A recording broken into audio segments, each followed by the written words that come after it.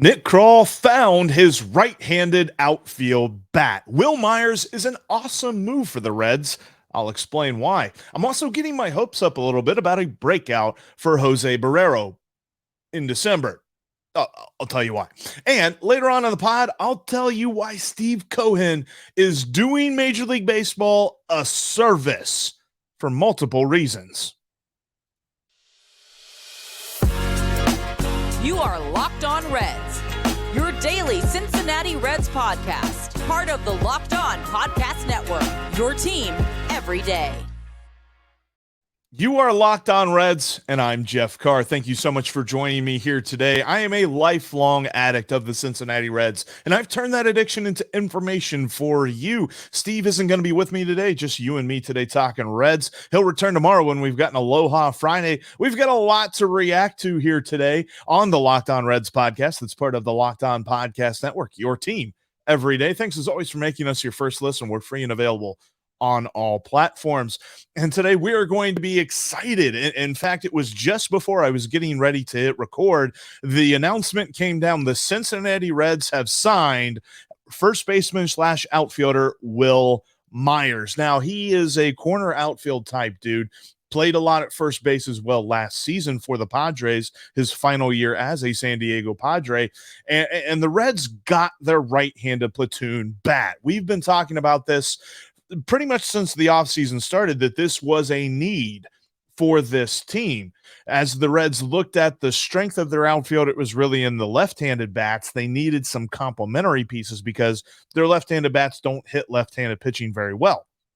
Jake Fraley, TJ Friedl, pretty much shut down by southpaw. So you got to go get some dudes to help out. Wil Myers, Nick Solak, who they traded from the Rangers, will help out with that. But Wil Myers is going to be an awesome option for them. Real quick, here's the info on the deal, the deets on the deal. 1 year for $7.5 million.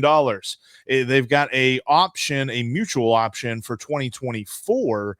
And then, and actually they have, so it's $6 million salary in 2023, $1.5 million buyout for that option. So it could be $7.5 million. It could even bump up to $9.5 million if he's traded. So there's a little bit of understanding here that if he does increase his value exponentially in the first half of the year and the Reds do end up trading him, they're actually going to pay him a little bit more to trade him. So it's probably an incentive to get him to come here. Now, if you're a hitter, this is the perfect spot for you. And Wil Myers, I think, will have a good time at Great American Ballpark hitting there. The last 3 years, he's had an OPS plus of over 100. This is a huge reason why I love this deal.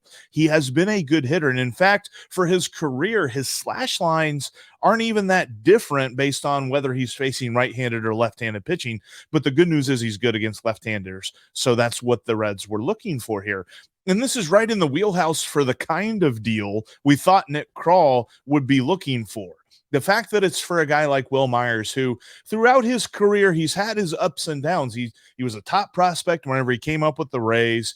Whenever he was traded to the Padres, he was kind of seen as the Padres guy. This was back in 2014. He was seen as the dude for them. And he kind of took a little bit to get to the point where his expectations were whenever he became a Padre. And I think that that's part of the reason that some of you may be looking at Wil Myers and saying, okay, well, is this really that big of a needle mover? It's a needle mover for two reasons. Number one, it fits what we've said the Reds have needed in a right-handed bat that you can stick in the corner outfield.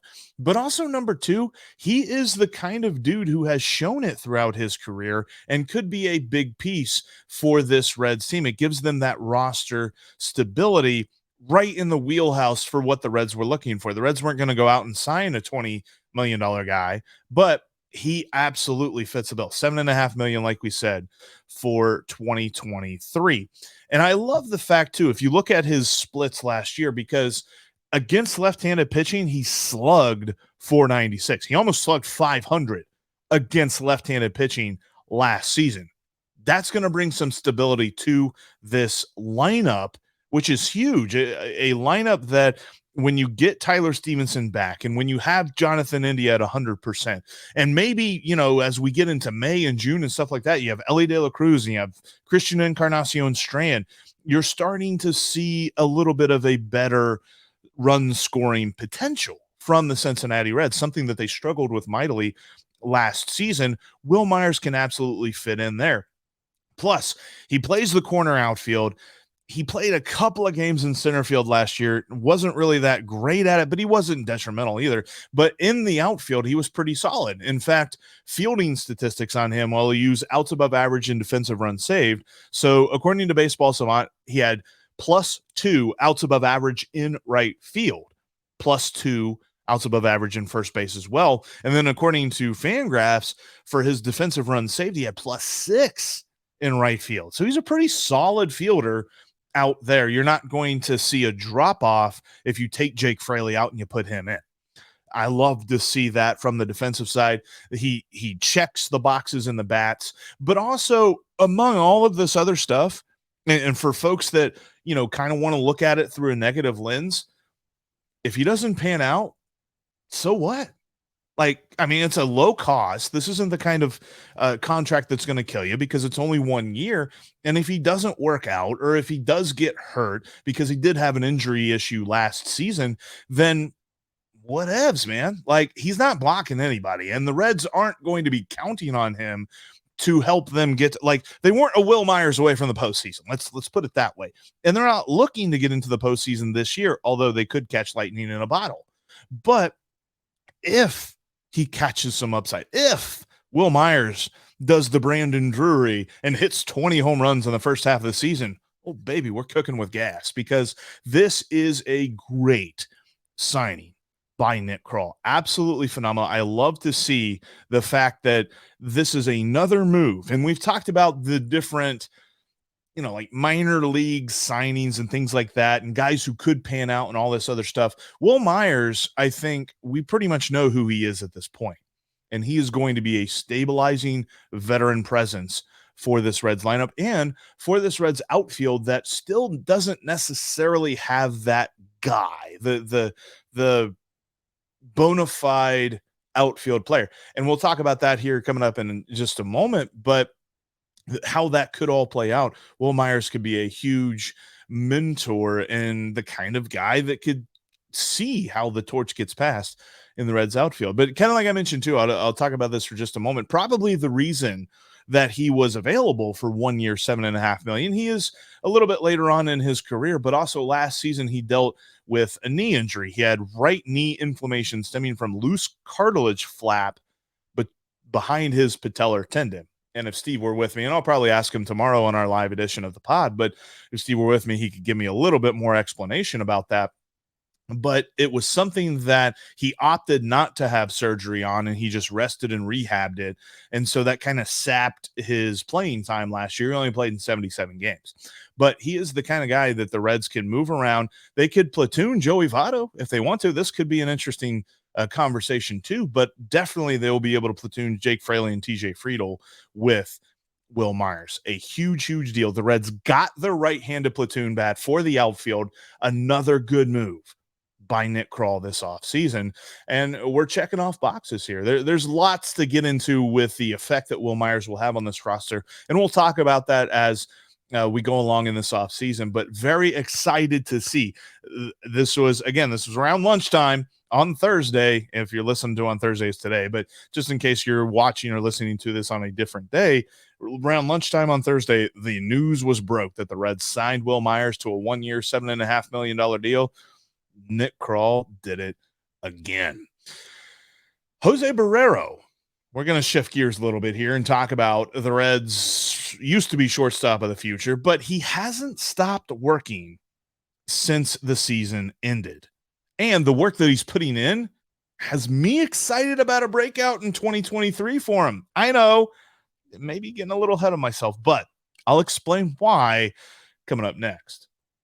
But first, today's episode is brought to you by BetOnline. BetOnline remains your number one source for all of your sports wagering information when you're talking about baseball, the futures. I'm sure that the Reds World Series odds might have bumped up a little bit with Wil Myers, but it'd be really hard to go down. I mean, when you're at, 100 to 1, you probably aren't going to go much further down from that.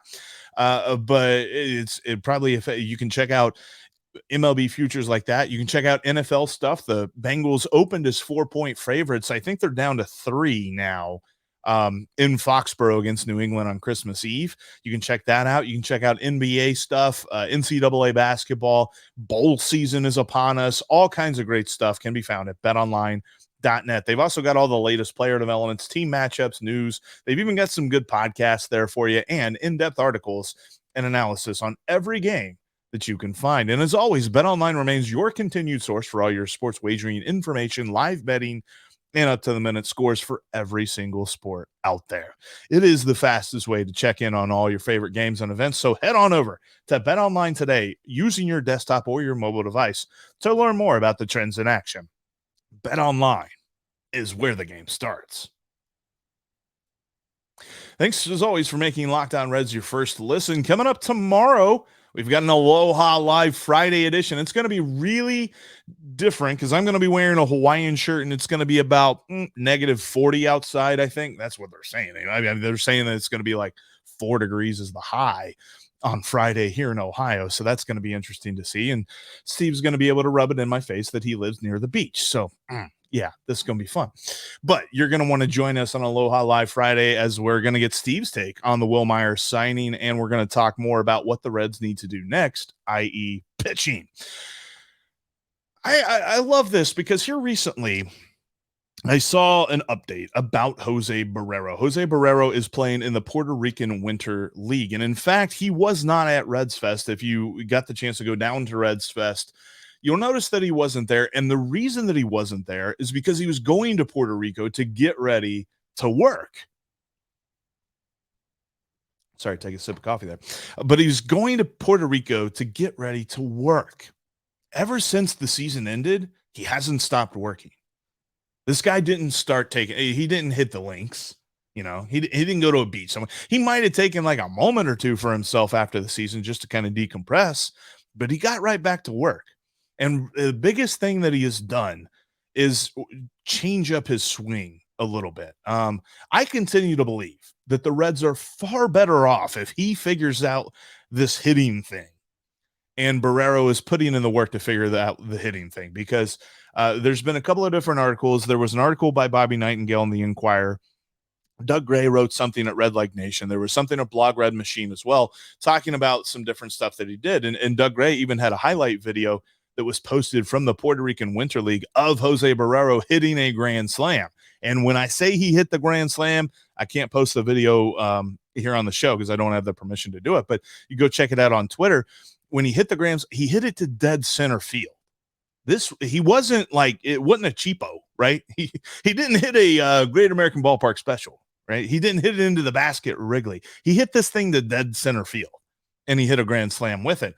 And there's a couple of reasons that optimism is kind of perking up for Jose Barrero, and I am just all here for it. I'll show you this. There's your 2 side-by-side pictures. Here on the left side of the screen, you've got Jose Barrero from last season. This was his batting stance when he was, when he was trying to prove it there at the end of 2022. And right here on the right side of the screen, you've got him in Puerto Rico. You'll notice immediately the hands. His hands were lower last year during the season, and now he's kind of raised them up a little bit. And if you watch the way that his swing progressed during the end of last season, his hands, he would lift them up anyway. So part of his swing would be to lift his hands to get ready to swing and then swing. So it's as if he's taking out part of that and he's just ready to go at all times. I love the fact that you see that change. And there's been some analysis, like Joel McKeithen has said, that the changes that he's working on in Puerto Rico were changes that they kind of identified as the determining factors for the lack of results last year. He said that he had this quote in Bobby Nightingale's article. He said, there are some specific things that maybe led to some results that we're addressing. He met with Jose in in Florida before he went down to Puerto Rico, and they really kind of honed in what it is he's going to work on. Also here too, and I again can't show the video, so I can't show it to you if you're watching on YouTube, but his swing in Puerto Rico now, instead of him lifting his front leg and kind of doing like a leg kick before his swing, he toe taps that front leg. So he does a quick toe tap and then goes. And that's really kind of helped his timing out. He's had much better results, and he's only played in 15 games so far, but in those 15 games, he's seen much better results in Puerto Rico. But of course, the biggest thing when it comes to Jose Barrero is that plate discipline.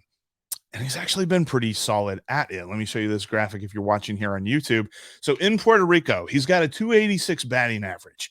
Love to see that. Love to see the fact that he's got a 397 on base percentage. Almost 40% of the time he's getting on base down in Puerto Rico. But the big thing for me, 9 walks to 11 strikeouts.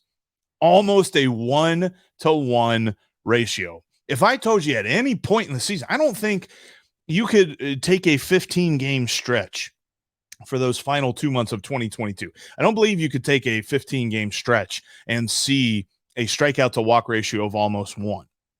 That is a huge improvement for Jose Barrero, and my number one reason for being super excited about him. Because listen, if Jose Barrero figures this out, if Jose Barrero breaks out, and whether he's playing shortstop or whether he's playing in center field, that is massive for this Reds team. We talked about it whenever, around the trade deadline, whenever it was announced that he was going to get called up, and it was basically going to be a sink or swim type deal for him. They're going to play him every day and see what happens.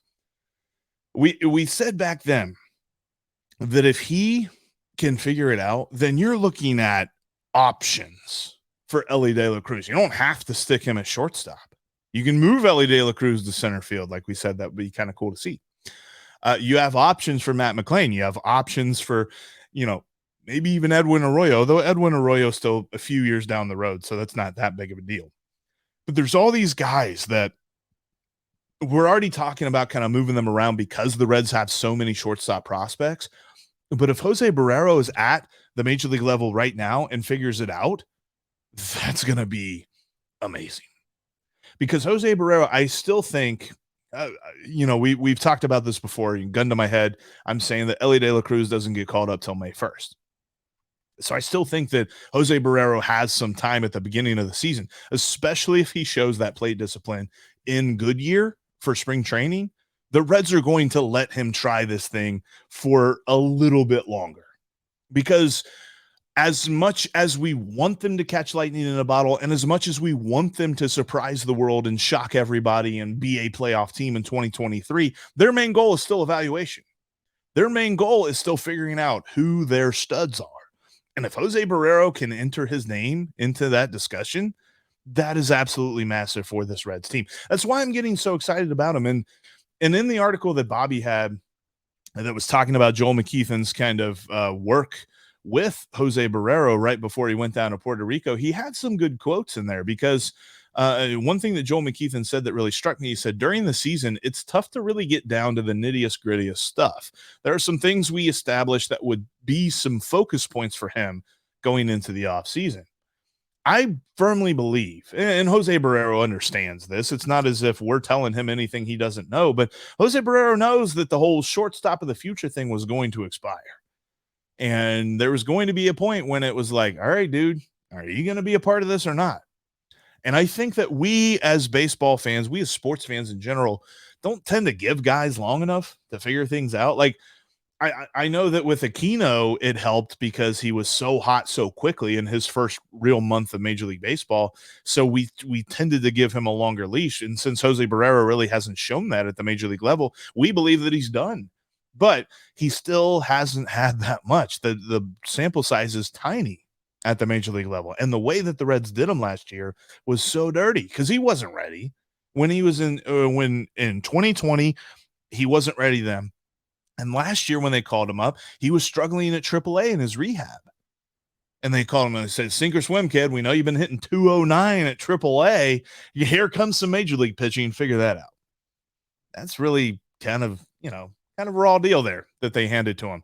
But I think that he's still going to get a shot at the beginning of this season, and it's going to be so huge. I really do think that we have a shot for Jose Barrero to break out. And I'll pull that graphic back up for our YouTube folks here. But the one other thing that I will note is the slugging percentage. We kind of talk about, we want to see some extra base potential from guys and things like that. you'll notice that it's low. I noticed that it's low, and I was like, But that batting average of 286, the plate discipline doesn't worry me all that much. And kudos to Doug, because in his article on Red Leg Nation talking about Jose Barrero, he mentioned the fact that, as a whole, the Puerto Rican Winter League has a slugging percentage of 301. So Jose Barrero is still above league average for that. And you like to see that. I continue to believe that the Reds are far better off if Jose Barrero figures this thing out, and he is working very hard this offseason to make sure that he breaks out. And I'm looking forward to see what he can bring to the Reds. Coming up, people are mad about the New York Mets spending money, and they use the Reds a lot as a comparison for this. I'm not, for a couple of different reasons, and I'll give you what those reasons are coming up next. But first, as we get into the holiday season, something that is important to remember. Look, you're hanging out with some friends, and you're probably putting back a few drinks. And a few becomes a few too many. As the evening comes to an end and people start to head out, you think for calling for a ride, but then you're like, nah, I live nearby. You can make it home okay. It's no big deal. What are the odds you'll get pulled over anyway? And even so, what's the worst that could happen? Your insurance goes up, you lose your license, you lose your job, you total your car, you kill someone. Everyone knows about the risks of driving drunk. The results are tragic and often deadly. However, that still does not stop everyone from getting behind the wheel while under the influence. That's why police officers are out there right now looking for impaired drivers on our roads to save lives. So, if you think you're okay to drive after a few drinks, think again. Play it safe and plan ahead to get a ride. It only takes one mistake to change your life or someone else's forever. Drive sober or get pulled over. I want to let you know you can follow the podcast on every single podcasting platform, including right here on YouTube. If this is your first time watching Locked On Reds, thank you so much. Make sure you click that subscribe button and hit the bell to get notified whenever we have some new content for you. Like tomorrow, we're going to have our live Aloha Friday edition where we will be reacting to the Wil Myers news. We'll be looking at what the Reds need to do next, and we're going to be taking your questions and your comments, because Aloha Friday is all about interacting with you and talking Reds with you right here on the YouTube channel. So make sure you check us out. You can also follow us on Twitter in between episodes. You can follow Steve at S. Offenbaker with 2 Fs. You can follow me at Jeff Carr with 3 Fs.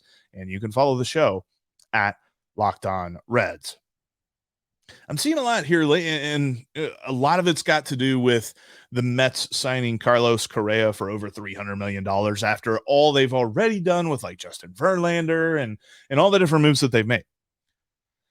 And there are some people, some fans, but more so different reports that you're seeing about, they always call them rival executives or something in Major League Baseball, and how they're upset with what Steve Cohen is doing. And I'm seeing a lot of people saying some different stuff. I love it.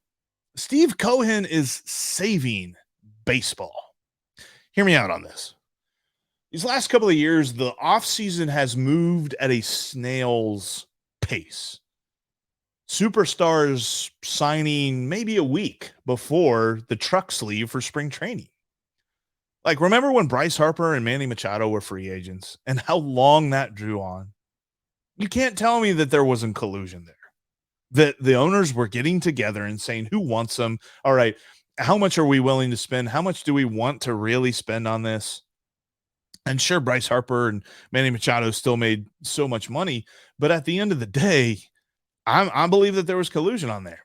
Steve Cohen came in and said, hold my beer. That's why you've seen such a frantic pace this offseason with all these different big signings.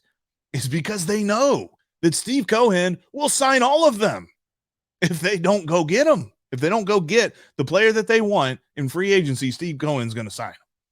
And there were some quotes that I saw of, again, rival executives saying that it's like, okay, if he had just gone over the luxury tax like a little bit, and they call it the Steve Cohen line because they knew that he was going to spend money. But if he just went over that line a little bit, nobody would have batted an eye.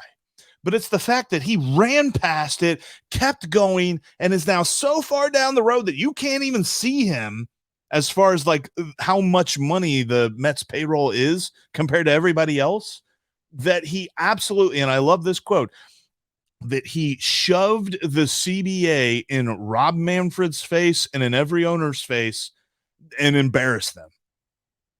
Does that not fire you up? I love the fact that he is putting this on owners, because for years, the ownership in Major League Baseball have played it cool in the CBA by not adding a salary cap and a salary floor. They've always said, well, this luxury tax is going to, dissuade people from spending too much money. And for a while, they were right. And Steve Cohen said, hold my beer. He's the level of luxury tax that they set for him was passed so long ago, because the Mets payroll is near 400 million. I believe what they called the Cohen luxury tax level, I think, was like 260 million or something. He's almost double that. I mean, he's way up there, and I love the fact that he's done that. And there's fans that are saying, well, that's why the sport's broken and that's why they need a salary cap. It's not. Cohen is not the reason. Cohen is exposing the fact that this needs to be changed. That's why I think that Steve Cohen is saving baseball. By doing what he's doing, he's putting it in the other owners' minds that if you don't set a salary cap, if you don't tell me how much money I can spend, I'm just going to spend whatever I want to. And I'm going to shame you. And your fans are going to look at your payroll and wonder why it is so ridiculously low. The Reds payroll, I think, even with Wil Myers, is something like 30 million less than the Mets luxury tax penalty. He is exposing the fact that there are so many owners that have just followed the status quo for years and have said, okay, we spend a little bit, we spend a couple of dollars. And you know what? If it doesn't work out and if we don't make the playoffs, well, hey, we're a small market team. And I wore this t-shirt for a reason. If you're listening on a podcast app right now, I wore my Cincy small market big heart t-shirt because the talking point, the hot what is the word? The buzzword small market doesn't mean anything. It is a way for owners to explain why they don't want to spend that much money. And yeah, I know Steve Cohen's in New York, and New York is obviously the biggest market in the country, but he is making everyone else embarrassed because they can spend the money that he's spending in some cases, and they just choose not to. I think that what Steve Cohen has done is ultimately going to save baseball, and it's going to take a few years, and there's going to be some hand wringing. There's going to be some tough times coming up, I think, when it comes to getting this done.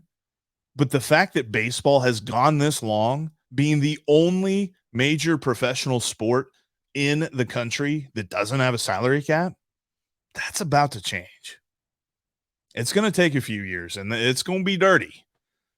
But Steve Cohen has shown every other owner that if y'all want to keep sitting on your hands and thinking that you're going to get the players that you want to get and build the team that you want to build, good luck. And I love him for that. And I'm going to be amongst the throng that, counts the Mets as like the new villains of Major League Baseball because they have all this money and they spend all this money and they have an all-star team. It's like not even a real team. Like they're so ridiculous. We always joke that real life doesn't work like MLB The Show. Steve Cohen is proving that wrong. Like the Mets are just ridiculously good. And the fact that they're not the favorites to win the World Series is hilarious. But they are exploiting Major League Baseball for what they have gotten along doing for so long that now owners are really going to have to take notice. And I believe that franchises like our beloved Cincinnati Reds, that they can try these philosophies of having low payrolls and still trying to win. But at the end of the day, if we get to a point where the Reds are good and they meet the Mets in the playoffs, can you honestly say that they're going to be favored? What is the situation in which the Reds could build a roster that would make them favored over the Mets? Unless the Reds get an ownership group that wants to spend as much as Steve Cohen does, I don't see one. So, baseball's got to change. And I thank Steve Cohen so much for doing that, because Steve Cohen is saving baseball.